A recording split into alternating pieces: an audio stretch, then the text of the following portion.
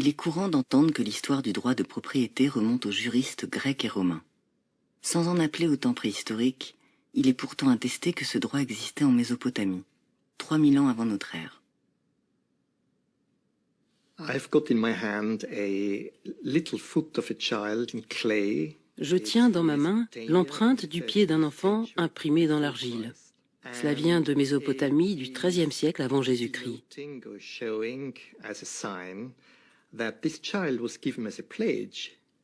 Cet enfant a été gagé par ses parents à des créanciers en garantie d'un prêt de céréales.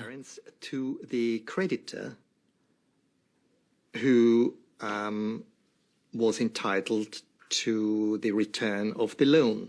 And the idea was, as with the pledge, that if the parents don't... L'idée est que si les parents ne remboursent pas l'emprunt, l'enfant deviendra la propriété du créancier. The creditor's property, as it appears.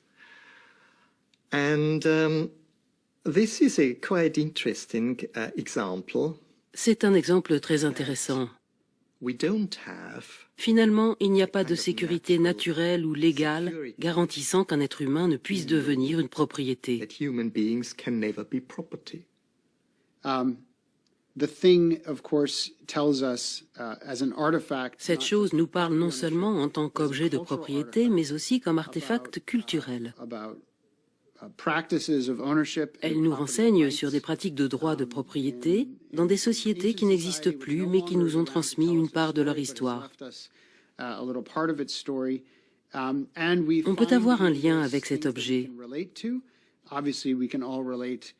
On sait tous ce que ça veut dire d'avoir le poids d'une dette au-dessus de notre tête. Alors, c'est le signe d'abord du lien très profond entre l'esclavage et la dette. Donc David Graeber, par exemple, a beaucoup travaillé là-dessus. Et le fait que la propriété privée, si elle est bien liée à l'esclavage, comme le prétend Orlando Patterson, elle arrive dans ce triangle-là. La propriété privée, elle commence à avoir du sens dès lors qu'on invente cette possibilité de transférer, enfin de payer une dette en transférant en fait un droit de propriété sur une personne. Donc la dette, aujourd'hui, c'est un des véhicules majeurs pour faire avancer le projet post-libéral de privatisation du monde. C'est-à-dire on facilite l'endettement d'un certain nombre d'acteurs, éventuellement en sachant très bien qu'ils ne seront pas capables de rembourser. Et parce qu'ils ne sont pas capables de rembourser, on oblige à privatiser des ressources qui ne l'étaient pas. Quelqu'un qui a dit ça de manière magnifique, c'est Shakespeare, dans le Marchand de Venise, The Merchant of Venice, puisque dans le Marchand de Venise, on a cette histoire extraordinaire d'un riche marchand vénitien qui veut épouser une belle et qui, pour ça, a besoin d'argent, parce qu'il doit payer la dot et puis organiser le mariage, tout ça, il manque d'argent. Et donc, il va voir un banquier, Shylock, à qui il demande un prêt. Et dans la discussion, il n'est absolument pas question du taux d'intérêt, qui est un non-sujet pour Shakespeare, mais il est question du collatéral, c'est-à-dire de l'hypothèque qui va être mise en hypothèque si l'emprunteur n'est pas capable de rembourser sa dette. Et l'hypothèque, c'est une livre de la chair de l'emprunteur, de son corps. Voilà. C'est une manière de dire, on transforme un esclave, on en fait une chose. On transforme son corps en une chose qui va pouvoir être assimilée par le banquier. Pour moi, c'est un objet fascinant.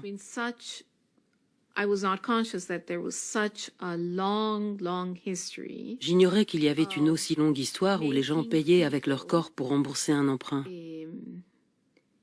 Pay even with their own bodies for loans that had taken another form. So, of course, it's a way of slavery. Bien sûr, c'est une forme d'esclavage, ou ça peut devenir une forme d'esclavage. And one could think, oh, that's so ancient and it happened before. On peut se dire, c'est tellement ancien, c'est du passé. So just to think about rubber plantations. Mais si on pense aux plantations de caoutchouc, par exemple au début du XXe siècle,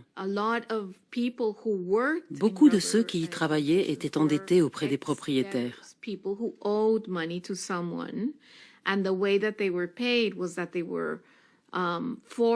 Pour rembourser leurs créances, ils étaient forcés de travailler dans les plantations. Ils travaillaient sans salaire ou leur salaire était payé directement aux créanciers.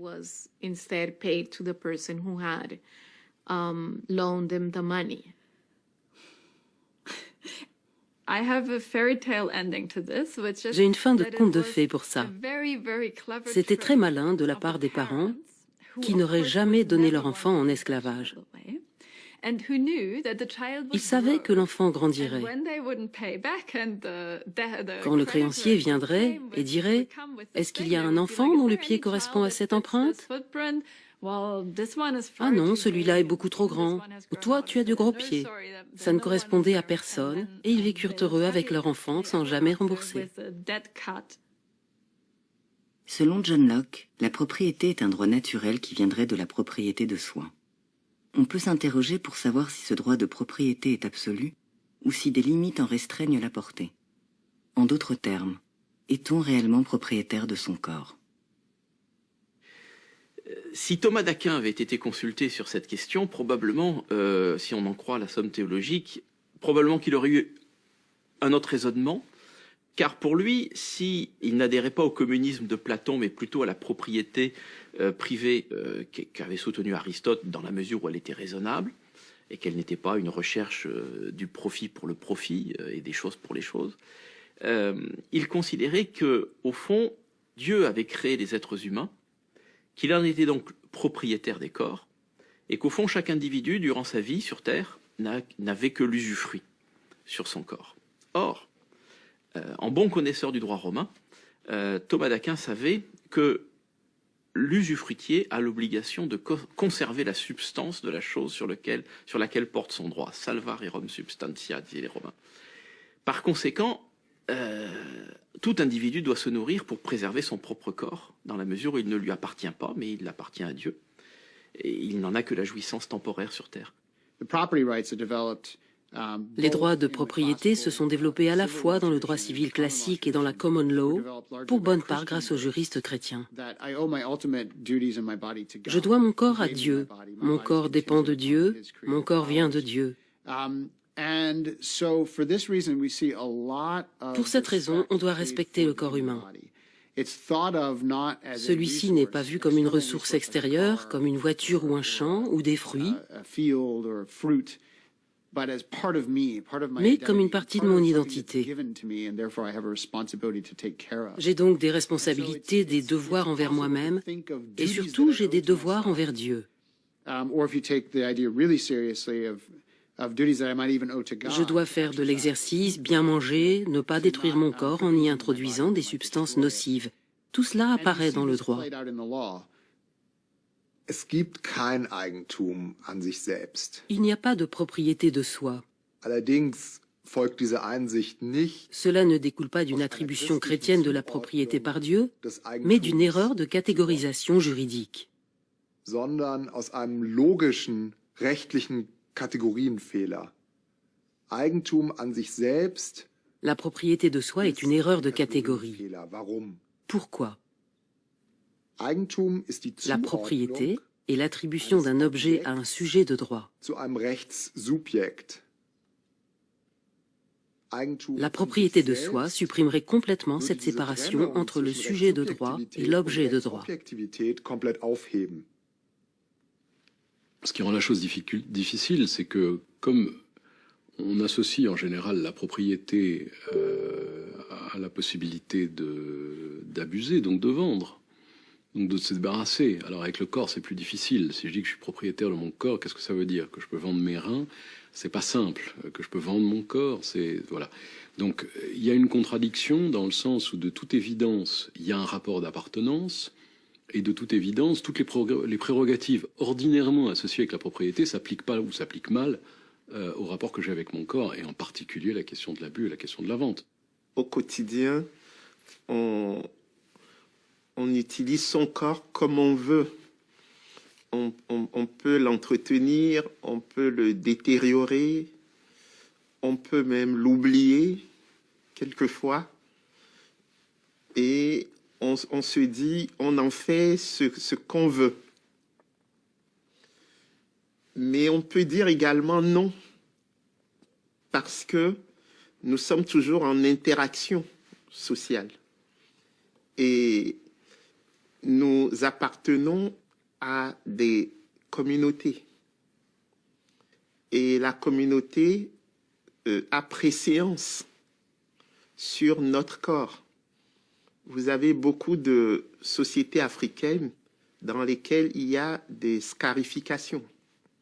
Pour marquer l'appartenance à la communauté, on peut vous faire des traces sur le visage. On peut quelque part brider votre corps.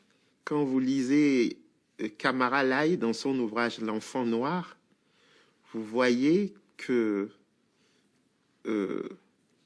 à partir du moment où on quitte l'enfance pour entrer dans l'âge adulte, il y a la circoncision qui va permettre à l'enfant, par la maîtrise de la douleur, d'accéder potentiellement à l'âge adulte.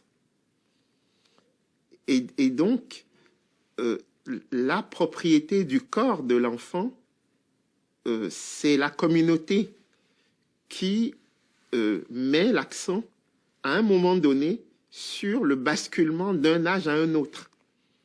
Et ça passe par le corps.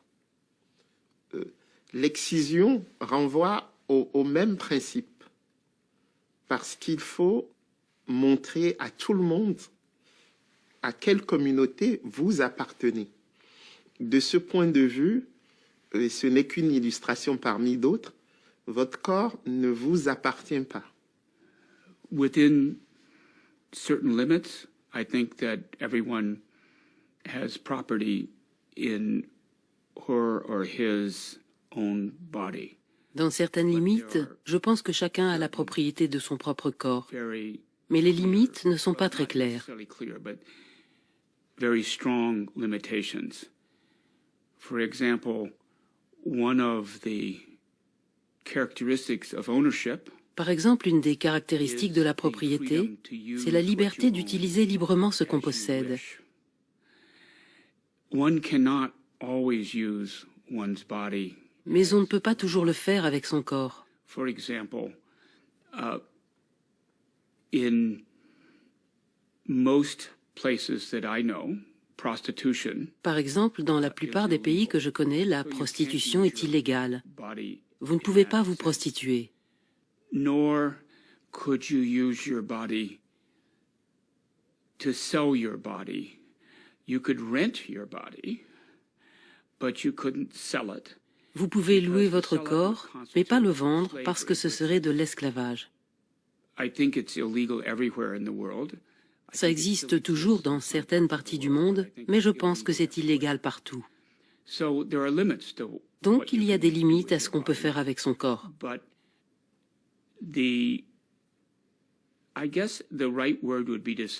Plutôt que propriété, le mot juste serait contrôle.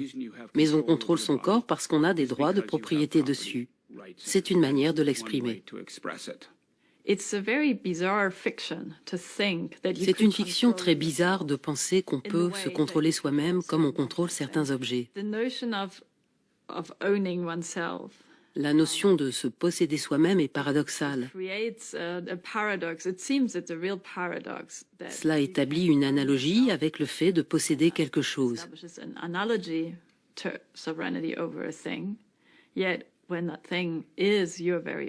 Mais quand ce quelque chose, c'est votre propre corps, un certain nombre de droits de propriété sont supprimés.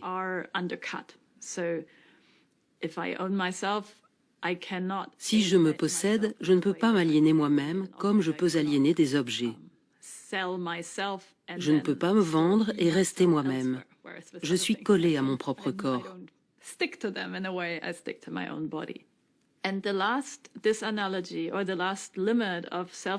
L'autre aspect est l'autodestruction. Évidemment, dans certains cas, les humains peuvent se donner la mort. On peut se penser destructible comme des objets.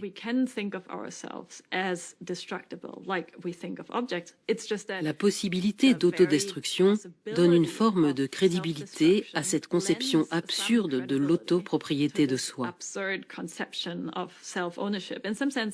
Dans la vie quotidienne, c'est beaucoup plus notre corps qui nous possède que le contraire. Et puis on pourrait aussi argumenter en disant que le pouvoir sur le corps n'est pas absolu. Si on utilise le modèle de la propriété souveraine pour analyser ce cas de figure, on est embarrassé. Alors avec le suicide, ça marche très bien, mais est-ce que je peux vendre mon corps? Non. Est-ce que je peux aliéner complètement ma liberté ad vitam aeternam par un contrat d'esclavage? Non. Certes, je peux donner un organe, mais je n'ai pas le droit de le vendre.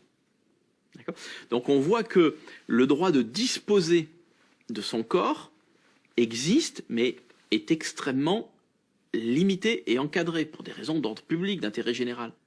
Par conséquent, si on définit la propriété comme un pouvoir absolu de disposer à sa guise, ça colle pas.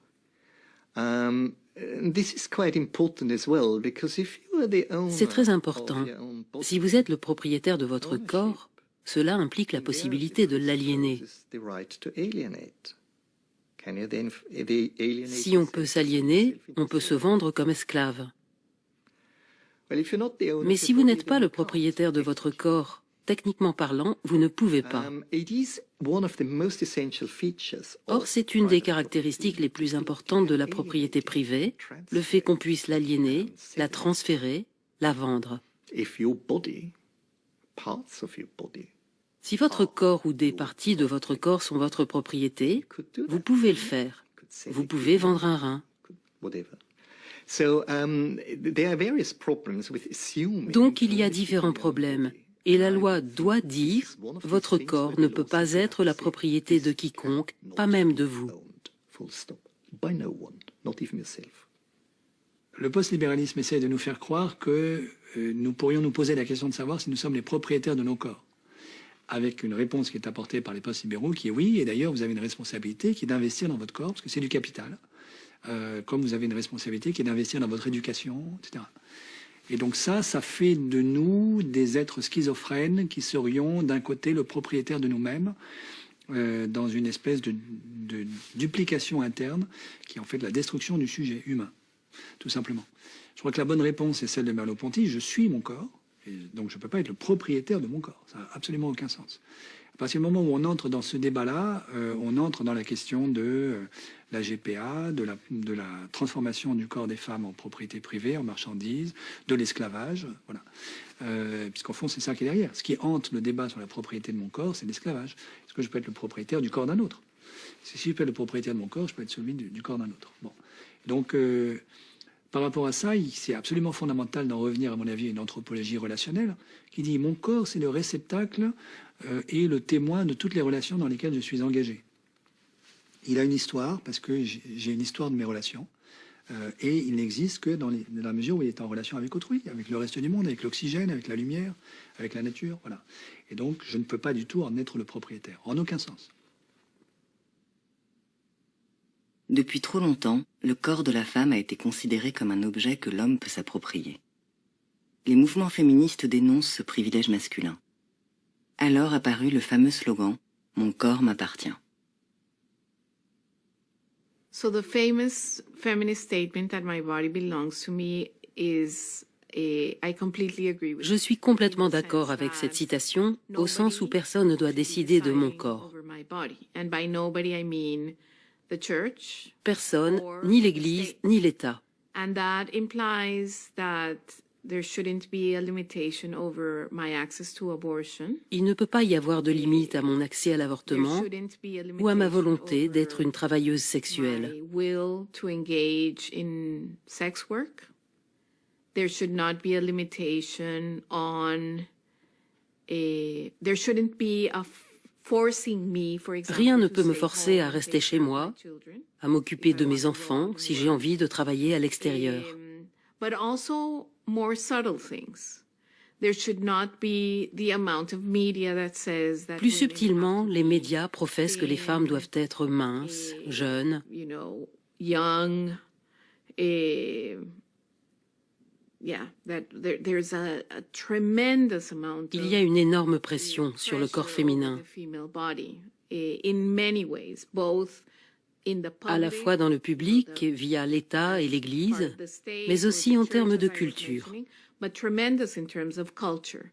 And I think that Je pense que les femmes doivent avoir la propriété de leur corps. property over their body. De mon point de vue, c'est ce slogan Mon corps m'appartient, qui est revendiqué à juste titre par un certain nombre de mouvements féministes, dit juste et en même temps fait une concession de trop. Ce qui est derrière dans ce débat, c'est, alors on a, le point de départ, c'est une société qui est quand même globalement patriarcale et machiste, dans laquelle les hommes ont décidé d'être les propriétaires du corps des femmes, et les femmes, à juste titre, revendiquent en disant non, non, c'est pas vous les propriétaires de nos corps. Et elles ont bien raison. Cela dit, au moment où elles répondent « mon corps m'appartient », elles font quand même une concession de taille qui est de dire « mon corps appartient à quelqu'un ». Et tout ce qu'elles sont en train de dire, c'est « elle ne t'appartient pas à toi, elle m'appartient à moi ». Et la question que je pose, mais au fond, est-ce que le corps des femmes appartient à qui que ce soit? Si je commence à entrer là-dedans, je concède quand même quelque chose de fondamental qui n'a pas été forcément très aperçu dans le débat, qui est qu'en réalité, le corps de quiconque n'appartient à personne. Je suis mon corps. L'affirmation « mon corps m'appartient » est de nature politique, comme la citation de Proudhon « la propriété, c'est le vol ».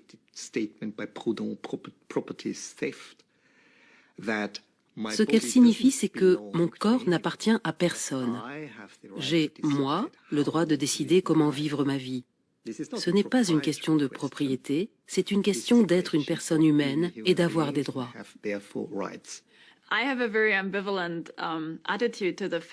J'ai une attitude très ambivalente par rapport au slogan féministe « Mon corps m'appartient ». Bien évidemment, dans tous les combats politiques, je suis du côté de celles qui l'affirment.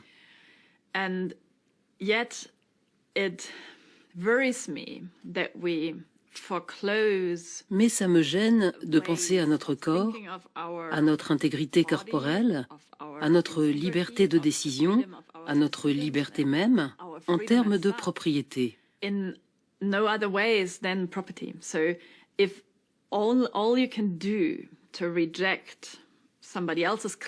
Quand on rejette les revendications d'autrui sur notre corps en affirmant notre droit de propriété,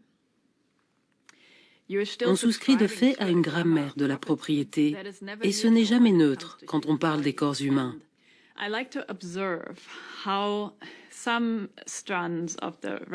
Certaines tendances du féminisme radical en Amérique latine, en Italie aussi, ne se réfèrent plus à la propriété de soi-même, mais à la vie. Ni una menos, on ne veut pas perdre une vie de plus. Un des chants les plus fréquents dans les manifestations en Amérique du Sud est « Nous voulons vivre, nous voulons être dans la vie ». La vie, c'est beaucoup plus fort que la propriété. Gary Becker, prix Nobel d'économie, théorisait le capital humain que possède chaque individu à travers son savoir, ses études, ses talents. Un capital dont le corps fait partie intégrante. Selon lui, un foie, un rein, un poumon étaient des marchandises comme les autres. So, Gary Becker posits that people should be able to do. Gary Becker part du principe que les gens devraient avoir le droit de faire tout ce qu'ils veulent en termes de transactions commerciales avec leur corps ou les parties de leur corps. So, selling part of your body, prostitution. Donc, la vente d'organes, la prostitution ou d'autres manières de faire de l'argent à partir de son corps ne le dérange absolument pas.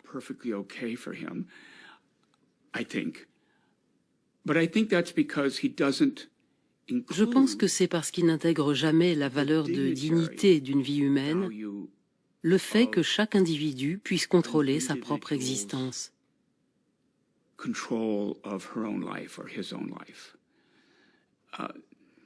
And he doesn't also understand, in my opinion, the impact. Il ne comprend pas non plus, de mon point de vue, l'impact sur les valeurs sociales, l'immoralité qu'il y a à mettre un prix sur une personne. Of putting a price on people. The selling of organs cannot be seen only as a market issue. La vente d'organes ne peut pas être vue seulement comme un enjeu de marché, mais doit être replacée dans un contexte. Why are you selling your organ? Pourquoi vendre vos organes? Est-ce votre seule option pour survivre? Si vous êtes très pauvre au Brésil, en Colombie, c'est la raison pour laquelle vous le faites. Le problème n'est pas le marché des organes, le problème c'est l'inégalité.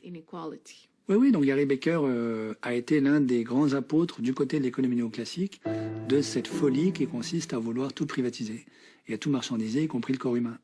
Et on a aujourd'hui des économistes français, Jean Tirole pour ne pas le nommer, qui expliquent à l'Académie des sciences morales et politiques que finalement la vie humaine a un prix de marché et que c'est normal, parce qu'elle est également une marchandise. Donc en fait, lorsque j'échange sur les marchés des actifs financiers dérivés sur les contrats d'assurance vie, sur votre vie, en fait, je fixe un prix implicite à votre vie, combien ça vaut le coup que la société dépense pour vous garder en vie, et finalement, si ça coûte trop cher par rapport à ce que la société capturée par les marchés estime que vaut votre vie, on ne dépensera pas la somme qu'il faut pour vous garder en vie. Vous voyez, c'est ça que ça veut dire. Et donc, ce qui est derrière ça, c'est de nouveau la capacité qu'aurait notre société à nous transformer, une partie d'entre nous, certainement pas Jean Tirole lui-même, en esclaves qui ont un prix sur un marché, et donc on peut échanger comme les marchandises. Von der Konstruktion her lässt sich ein Eigentum an abgetrennten Körperteilen Dans une construction juridique, theoretisch hervorragend denken. la propriété sur des parties du corps est théoriquement parfaitement concevable. Ein Handel mit Le Organen commerce d'organes est théoriquement pensable. ohne weiteres konstruierbar. Sobald ein Finger, ein Organ, irgendetwas anderes Dès qu'un doigt, un organe, n'importe quoi d'autre est coupé, steht es im Eigentum dessen, il der devient objet de ursprünglich droit de celui qui en était le possesseur, le sujet de droit. war, also dann Inhaber dieser Körpersubstanzen ist. Das Eigentum ermöglicht also La propriété permet donc une marchandisation des parties du corps. von Körperteilen.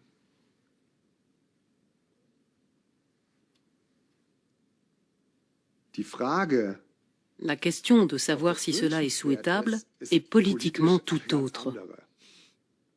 Je dirais clairement que non, ce n'est pas souhaitable. Es ist nicht wünschenswert. Lorsque l'on définit la propriété comme étant un droit de disposer juridiquement et matériellement des choses, cela autorise du même coup la vente de ces organes. Donc d'un point de vue éthique, ça paraît effectivement éminemment critiquable. C'est certain. Après, tout dépend de la manière, encore une fois, dont on définit la propriété.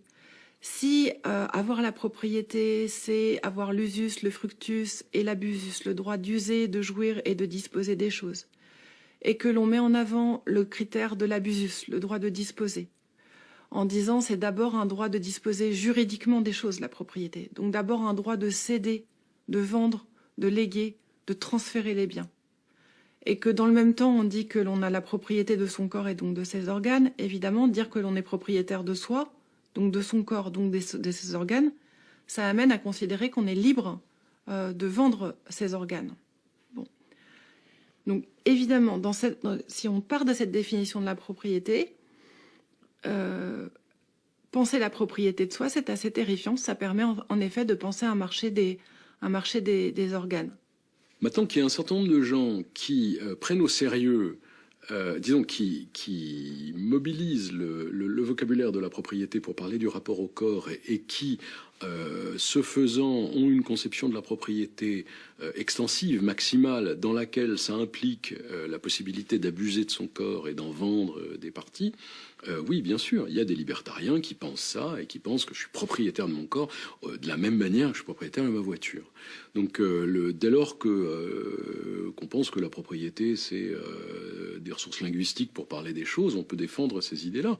Moi, je pense que la vraie question, c'est de savoir est-ce qu'on a envie de vivre dans un monde où des gens qui, parce qu'ils sont dans la misère, peuvent vendre leur rein ou pas. Est-ce que c'est vraiment ça qu'on veut ?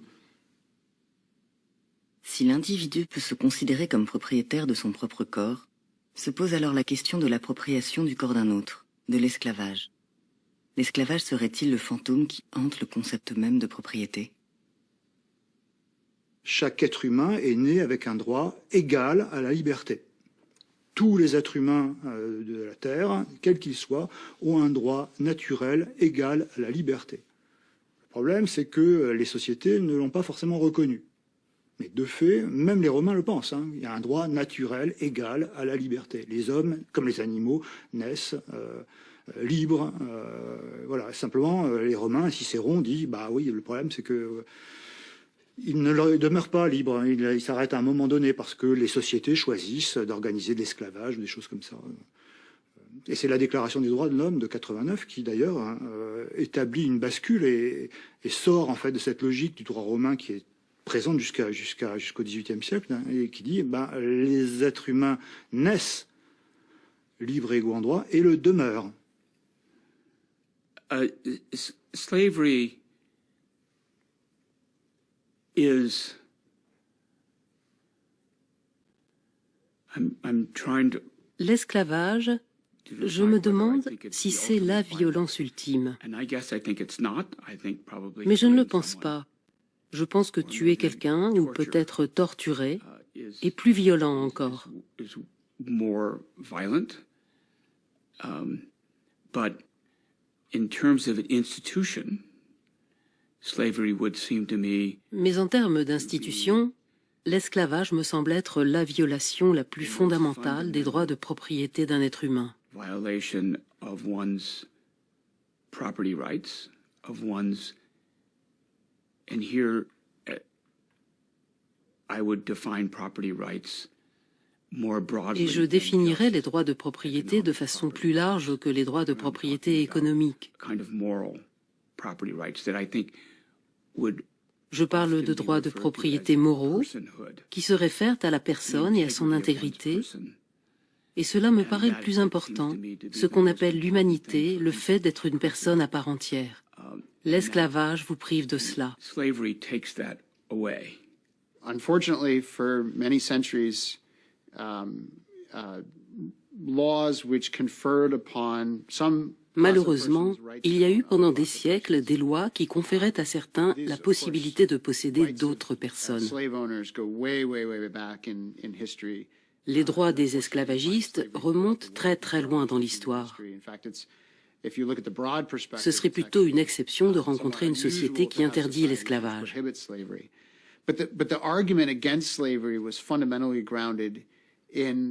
Contre l'esclavage, l'argument fondamental était qu'il y a certains de mes droits que je ne peux pas abandonner.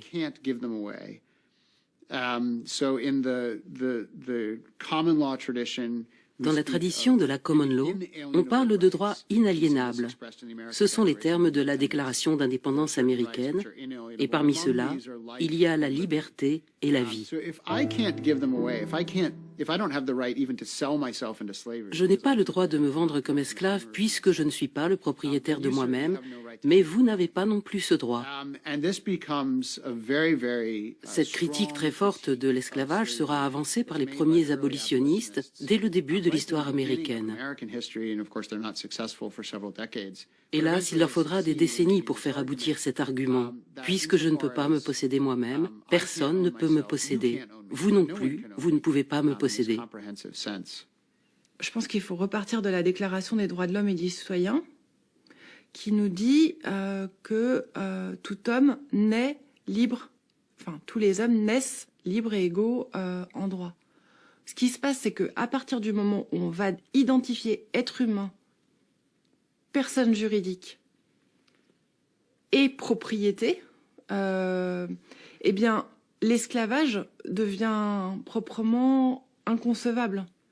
Mais c'est aussi à cette même époque, justement, que l'on va mettre les êtres humains d'un côté et tout ce qui n'est pas être humain, justement, de l'autre côté. C'est-à-dire que cette division des choses et des personnes comprises, conçues comme une opposition des sujets de droit et des objets de droit, elle naît aussi, justement, à cette même époque. Donc ça rend effectivement insupportable l'esclavage, parce que l'esclavage contredit directement, en fait, cette opposition entre sujet de droit et objet de droit. Les esclaves n'étaient pas considérés comme des êtres humains, mais comme des objets. comme du bétail.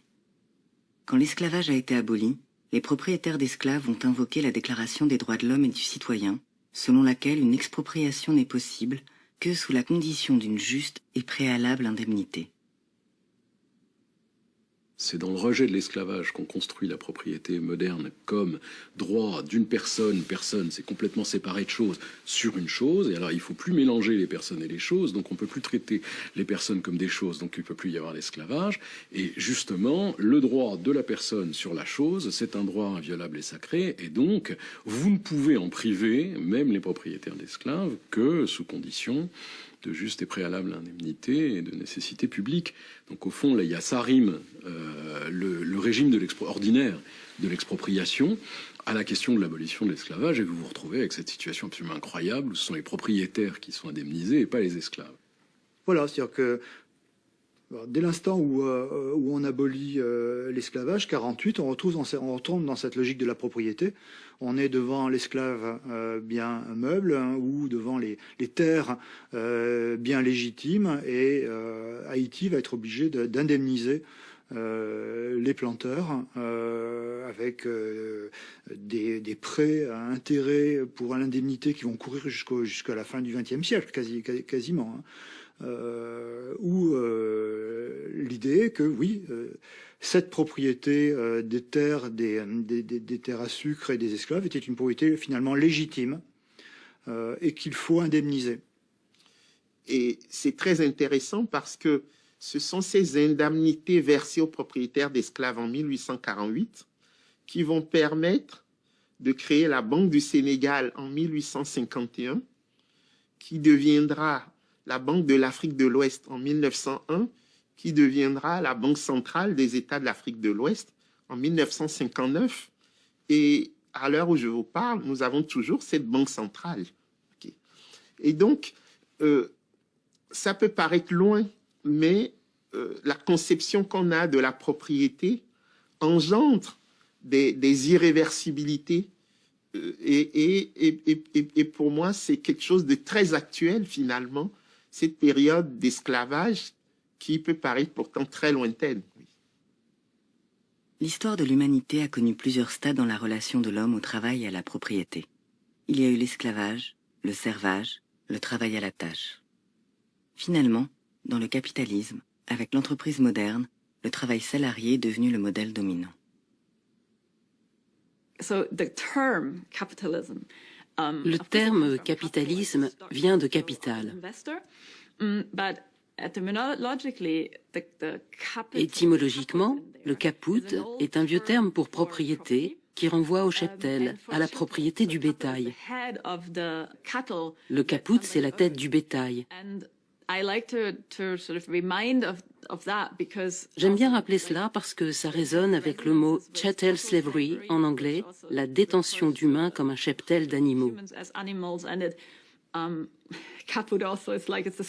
Le capitalisme utilise la tête de l'esclave comme la tête de bétail. Nous devons nous souvenir que le capitalisme se construit ainsi, que ce n'est pas seulement une façon astucieuse de faire de l'argent, quelles que soient les règles du jeu. Du côté des économistes, il n'y a pas de doute que l'esclavage est l'impensé de toute la conception, disons, néoclassique du capital. Le capital, fondamentalement, à l'origine, ce sont les esclaves. Donc, au XVIIe, au XVIIIe, quelqu'un qui a du capital, c'est quelqu'un qui a des esclaves. Et si on regarde la manière dont les économistes néoclassiques aujourd'hui conçoivent le capital, au fond, si vous transférez, enfin, vous traduisez capital par esclave en permanence, vous arrivez à des choses très intéressantes qui correspondent bien à ce qui a été vécu et ce qui est encore vécu en partie aujourd'hui. Donc, c'est pas du tout impossible que ce soit l'esclavagisme qui soit cette espèce de fantôme qui hante l'impensé de la conception, disons, contemporaine, néoclassique, et de la propriété privée et de l'économie. So when we begin to think about rights in the body, slavery, and those sorts of... Quand on aborde le droit du corps, de l'esclavage et toutes les questions qui y sont liées, vient alors la question de l'emploi et des rapports entre l'employeur et l'employé. L'emploi implique-t-il une relation de propriété? Now, again, in the common law, we have a very clear way of thinking about this, and that is, first of all, the Dans answer la is common no, law, c'est très clairement non. And the reason is because Pour une bonne raison, aucun employeur ne peut obliger un travailleur à travailler, même si l'employé a accepté le contrat. The term of art there is specific performance. I can't get specific performance. I can't make them perform. Le terme juridique, c'est « specific performance ». I mean, this is an important distinction. Juridiquement, je ne peux pas contraindre une personne à tenir son engagement. Il n'y a pas de base légale pour forcer quelqu'un à faire quelque chose qu'il ne veut pas faire. Je peux au mieux réclamer un chèque pour m'indemniser des conséquences du non-respect de son engagement. Cette distinction légale vient d'une distinction morale. Le droit d'utiliser ou non ma capacité de travail, c'est quelque chose d'inaliénable. J'ai toujours le droit de refuser cette capacité de travail à mon employeur. La relation de travail est at will, selon ma volonté. Je peux quitter mon boulot quand je veux. Il y a des raisons pratiques pour lesquelles je ne vais pas forcément le faire, mais en termes de droit, j'ai ce droit. C'est un garde-fou important contre l'esclavage. L'esclavage est injuste et intolérable.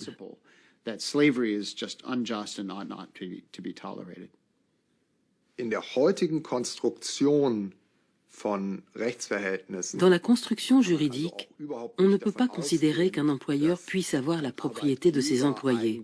an seinen Arbeitnehmern haben kann. Es handelt sich vertragliche Il s'agit de relations contractuelles entre deux parties, pas de relations de propriété. Eigentumsverhältnisse Pour établir des rapports de propriété, il faudrait que l'employeur ait un droit de regard absolu sur ses employés et sur toutes les autres personnes de la communauté juridique. Heureusement, ce n'est pas le cas aujourd'hui. Même si de nombreux employeurs exigent beaucoup de leurs employés, cela n'engendre pas de relations de propriété. Quelque part, encore une fois, on masque les choses parce que évidemment, aujourd'hui, on ne peut plus vendre sa force de travail à perpétuité, on peut simplement la louer à temps, mais on reste quand même dans un rapport de servitude personnelle vis-à-vis de son employeur. On a toujours une relation d'allégeance, en tout cas de subordination, c'est le terme qui est employé, vis-à-vis de l'employeur. Donc la forme de l'esclavage, évidemment, elle est interdite, elle est prohibée, parce qu'on a interdit le louage justement à perpétuité et qu'il est simplement à temps.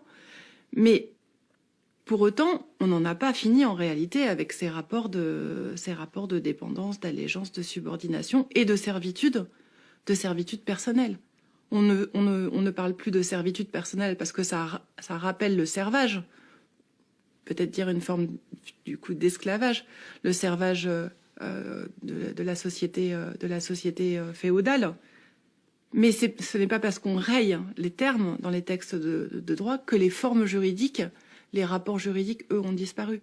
Donc la servitude personnelle, sans doute qu'elle demeure en fait aujourd'hui, mais simplement elle est comme habillée d'autres mots pour justement parce que justement la figure de la servitude apparaît comme un véritable repoussoir.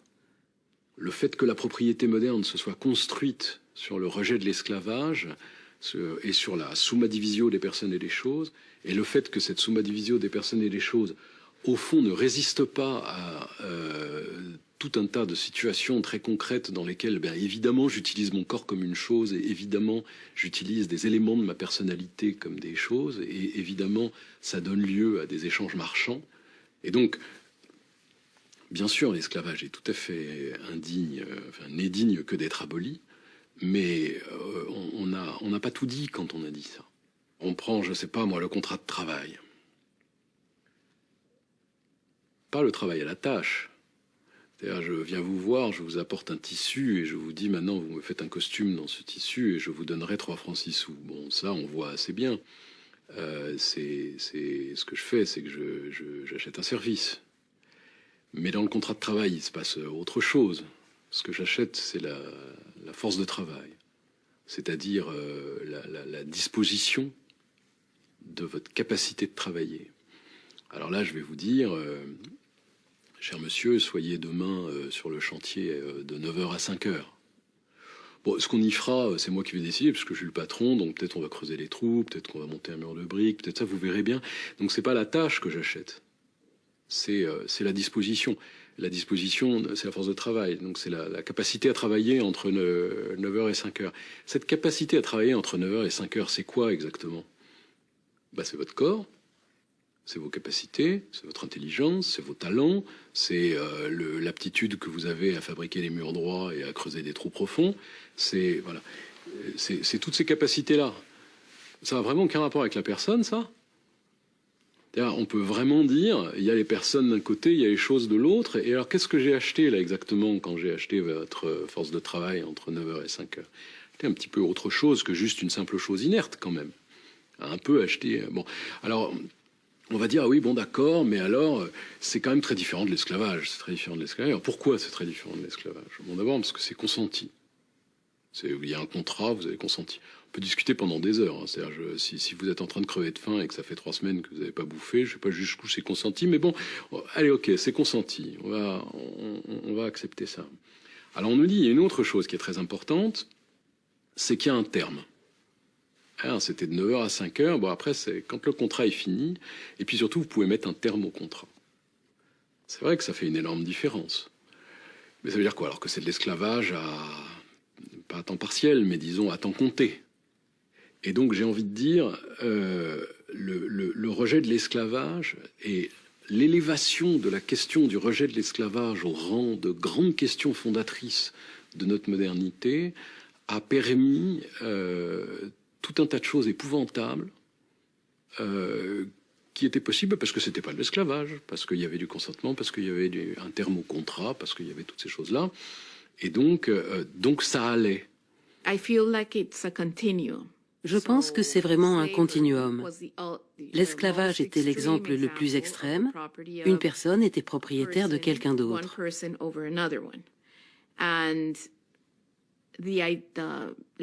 À l'autre bout du spectre, il y a le contrat de travail, le code du travail offrant des garanties.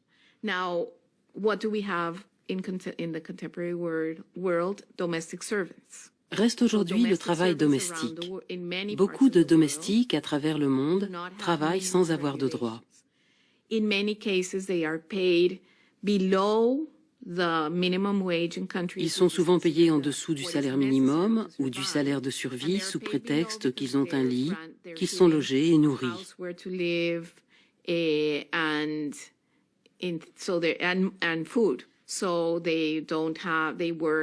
Ils vont travailler 14 heures par jour, n'ont pas le droit de sortir, peut-être une fois par mois s'ils ont de la chance, etc., etc. Pour moi, c'est vraiment un spectre qui est traversé par l'existence de la propriété privée. By the existence of private property.